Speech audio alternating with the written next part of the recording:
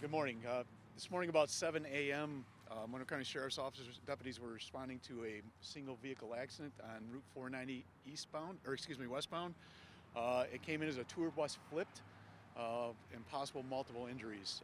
Deputies arriving on scene found people that were trapped on the tour bus that had flipped on 490. Also found multiple people walking alongside 490 in a state of confusion that had been passengers on the bus.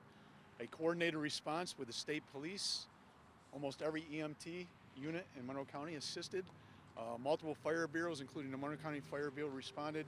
And with our coordinated effort and protocols, we were able to extricate and transport 28 patients to local hospitals. We are now coordinating with families at the hospitals to make sure their families and loved ones know where they are and are accounted for and understand where they can meet up with them. We have our victims assistance units assisting with that right now. We also have a phone number we'll share with you that family members can call to reunite with their families. I have to emphasize the incredible response here. Protocols were put in place years ago for such an incident, a multi-patient incident, and that's what this was declared as soon as the first deputy arrived on scene, and the sergeant declared it a multi-patient incident. And with our EMT protocols and our fire protocols and our assistance with other law enforcement, it worked the way it was supposed to work. 28 patients were transported. All 28 patients that accounted for everybody that was on the bus was transported to the hospitals. And all 4 hospitals in the area received patients. That includes Strong Memorial Hospital, Unity, Rochester General, and Highland Hospital. And again, the coordinated efforts with our hospitals to be able to receive that number of patients in that amount of time is utterly incredible, and we appreciate their protocols and their practice and their training, and this played out. Unfortunately, we have one of the patients that is critical, and we'll share more information later when we find out the status of that patient, but our sympathy to the families, the people that are going through a lot of anxiety right now that don't know where their loved ones are. We're going to do our best to get them coordinated as quick as possible. Our accident and reconstruction team is now working the investigation to determine what happened. What we do know is just the bus was involved. It did roll on its side, turn 180 degrees in reverse, and was laid on its side when we arrived on scene. So getting people off the bus was a difficult task by everybody involved. I'm going to turn it over to the Chief Deputy for more specifics on the bus and the investigation and how that'll play out. But I just got to say, protocols were put in place for a multi-patient incident. Those protocols played out this morning here on 490. Just an incredible response by all the first responders, and that's the way it should be, and our sympathy to the families that are going through a very terrible time right now. Thank you. Thank you, Sheriff. Excuse me. So I just want to lay out our priority of effort here. Initially, the first responders arriving, the threat to life, rescues, being able to extricate those patients out of the bus, get them to EMTs and get them off to the hospitals was obviously the first priority. That was done very smoothly with little trouble for such a large incident. And then quickly the scene is transitioning into what we're at now, which is an investigative phase. This will be treated as a criminal investigation. That is not because we believe there's criminal act involved. That's because we are doing a complete and thorough investigation, so we're leaving no stone unturned, okay? That investigation involves several investigators. We have investigators that are interviewing occupants of the bus, investigators with the driver of the bus. We're going over preserving all the evidence at the scene, collecting video that may be involved. We're also using technology with the help of the state police, with our drone technology, our ground survey radars that help us reconstruct what actually took place here in this accident. So they'll take all the evidence that they find on the scene, the markings on the pavements, the debris field, all of that together. They'll do their work and they'll come back to us with a report on how this accident actually took place and what transpired here. I can tell you that our initial interactions with the driver are positive. The driver is cooperative. The driver's at this point, we find no criminality yet. However, as I said, we're going to do a thorough investigation, and that is a lengthy process. There is no initial indication of drugs or alcohol being involved, so we will continue to just work with the driver and try to reconstruct the events of this accident. At this point, we cannot give you a cause as to why. We still have a lot of work to do with that. It appears that based upon our interview that the driver left New York City with a busload of people at approximately midnight, was making stops along the way on the thruway, dropping people off, and their final destination was Niagara Falls. We have identified the owner and operator of the tour bus. It's a Tribal Sun Bus Company, and they're out of Massachusetts. So we're working with that company right now. They do have cameras on the bus. We'll be writing search warrants for all of that data, and we'll be processing that back at our office and trying to add that to our investigation and reconstruct what actually took place. But again, as the sheriff mentioned, now this has transitioned from a life-saving effort into an investigation.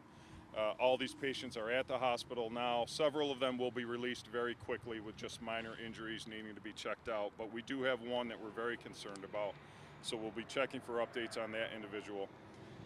We have established a Family Liaison Office for any relatives, any loved ones that are concerned about members that may be on the bus. I'm going to give you that phone number now, and then I'm going to ask our PIO to push that out in a written product here shortly. That phone number is 585-753-4455. And again, that's our Family Liaison Office. They will receive calls from the public, from loved ones concerned about members that may be on the bus. We will try our very best to update them with the latest information on that person's status, where they're located, and how we can reunite them to get those families back together. We'll do the same process with their property that was on the bus. There's an awful lot of personal property involved. We're going to secure that and go through this process with the family liaisons to make sure that that gets back to the right people. So those are our efforts right now, trying to minimize their inconvenience, minimize their concern for their loved ones, and get them reunited with their families. I'm going to turn this over now to our EMS chief here, who can possibly talk more about the status of the patients and that rescue effort. Thank you, Chief. So Frank Manzo from CHS. We were the primary responding agency. It is our district, but however, it required obviously much more resources than we have. The declaration of an MPI, or a multi-patient incident, as these guys spoke about, gets 16 ambulances started to whatever scene and whoever requested it. We ended up using 18 ambulances, which for this area is incredible. It's an incredible response. I don't know where every ambulance came from at this point, because our colleagues at ECD, we say send ambulances and they find them. I believe it was as far as Penfield. And Genesee County definitely got tapped as well to help us out. So a great response from our colleagues, and we executed what we've practiced many times, is to get the patients that are critical off the scene first and then work on the rest. There was a great triage that happened to determine who needed to go first, who was very sick, who was still on the bus. And then, as the chief said, there were people walking around the scene that we kind of corral them into one area to kind of assess them, triage them, and get them transported in a timely fashion, which we were able to do. We did use our medical communications officer to coordinate with the hospitals to find out who had capabilities to receive what. As we know, the hospitals are very overcrowded, so we rely on that communication to say, hey friends, what can you take at this time? And they were very cooperative. Strong being the trauma center for the region, obviously is going to get the sick patients, and then we can start to spread out some of the what we call walking wounded or minor injuries at that point, which we were successfully able to do to not overwhelm one hospital. It makes unification a little more tricky, but to get patients cared for, it's the best way we know how to handle it. Questions? Anybody else? Tell us how many people were on the bus total, how many were in, like a breakdown of how many were injured, So, and where most of them were people thrown from the bus, or they had gotten themselves out?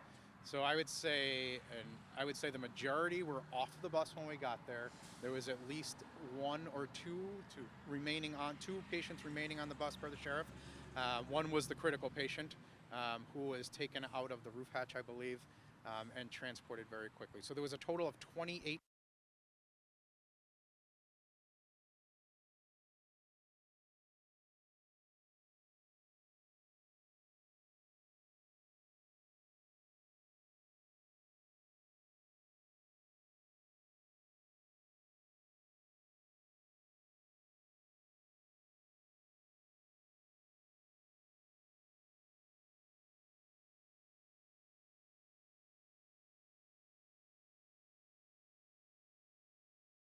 Any problems? Any access issues or traffic or, you know, that kind of time of day it's Yep, going from dark yep, to light? absolutely. So yeah, it does make some challenges. We absolutely practice on this.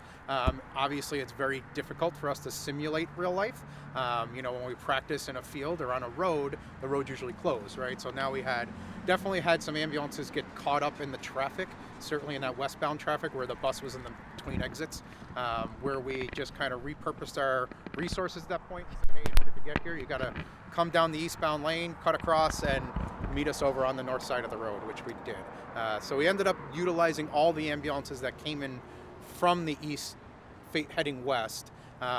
Once we were able to navigate some of that traffic, the police agencies did an awesome job of clearing vehicles out of the way that were uninvolved. So even when I got here, which was probably 10 minutes into it, 20 minutes into it, there were already vehicles starting to be removed off the roadway, being turned around, which just makes our jobs that much easier. What's the manpower number here, the estimate ballpark? Of total fire and EMS? Yeah.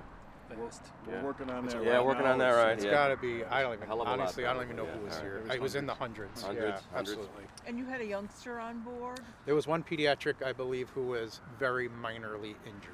Minor. Okay. Any other children? No, not that I'm aware of. We called it 27 adults, 1 pediatric, which would be 18 or less. Okay. Sheriff or chief deputy, when your deputies first arrived on the scene, did they describe to you what it was like? I mean, was it chaotic? Was everyone sort of subdued? What was the scene like? I think it's surreal is probably the way they're going to describe or we're describing it, and the fact that there were people out walking along 490, and of course you got a bus turned over on its side, you got people possibly trapped, we don't know who's on the bus yet. It was that surreal moment, you know, you train for these things, but when you pull up and actually see a bus flipped on its side and people literally walking in a state of confusion on the side of the road trying to figure out what just happened to them as they were just thrown about inside a bus, right? So it was surreal. It was things you train for, but you don't ever expect to see in your life. And then one thing I'll add to the sheriff too, and we work together on this, one of the big parts for us is patient count and how many people are on the bus, and do we know if there's not 3 in the woods, 1 under the bus.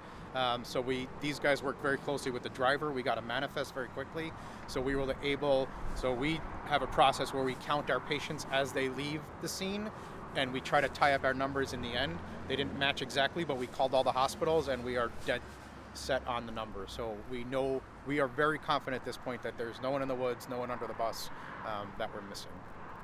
Where's the person from that is in the critical state? As far as her Don't have that condition? information. We also have not been able to contact their family yet, so we're not gonna get too specific on that. Had the bus just made a pickup here in Rochester? A drop off, yes. Drop-off. I know you said this is a criminal investigation. So, yeah, please don't let that mislead you. We don't believe there's criminality involved, but that's the type of investigation we do when we are absolutely not going to leave any stone unturned. It's just a term we use, okay?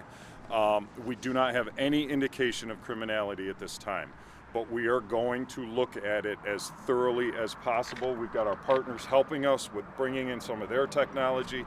New York State DOT is here. The Office of Emergency Management was out here. It is going to be a long incident here. We anticipate it'll be well into the afternoon before this portion of the roadway is opened up. And then the investigation still will not be over. We're going to take the bus back to a secure impound where that will continue with the investigation. It'll go through a complete and thorough mechanical inspection to make sure that it's up to standard and all of the safety requirements, everything, to make sure that the driver was performing all of their tasks as needed according to New York State DOT regulations. So this will be a lengthy investigation. I use the word criminal only to give you the level of effort that's going into this.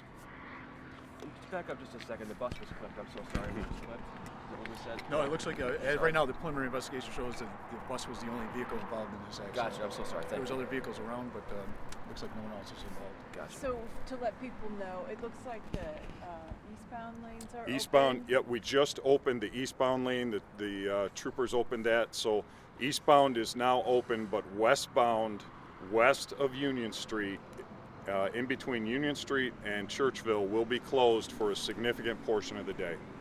Final destination of this bus was Niagara Falls, so That's it was correct. picking up in New York and dropping off. So it was more full than this before it got here. Yeah, that's our understanding, yes.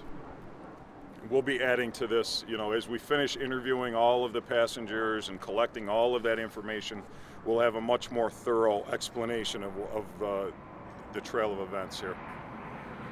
The driver was operating inside of his normal shift hours, whatever. He said he left. So all of that is part of our investigation. We'll take all of that into account. There are several pieces of electronic technology that are involved in that now for those commercial drivers. So we're writing search warrants for all of that. We'll be taking that, we'll be downloading it. Our investigators will be working with the troopers and their commercial vehicle unit, our commercial vehicle unit. We'll all partner together and be able to paint that whole picture as to what took place. Thank you. Thank you. Thanks, guys. Thank you.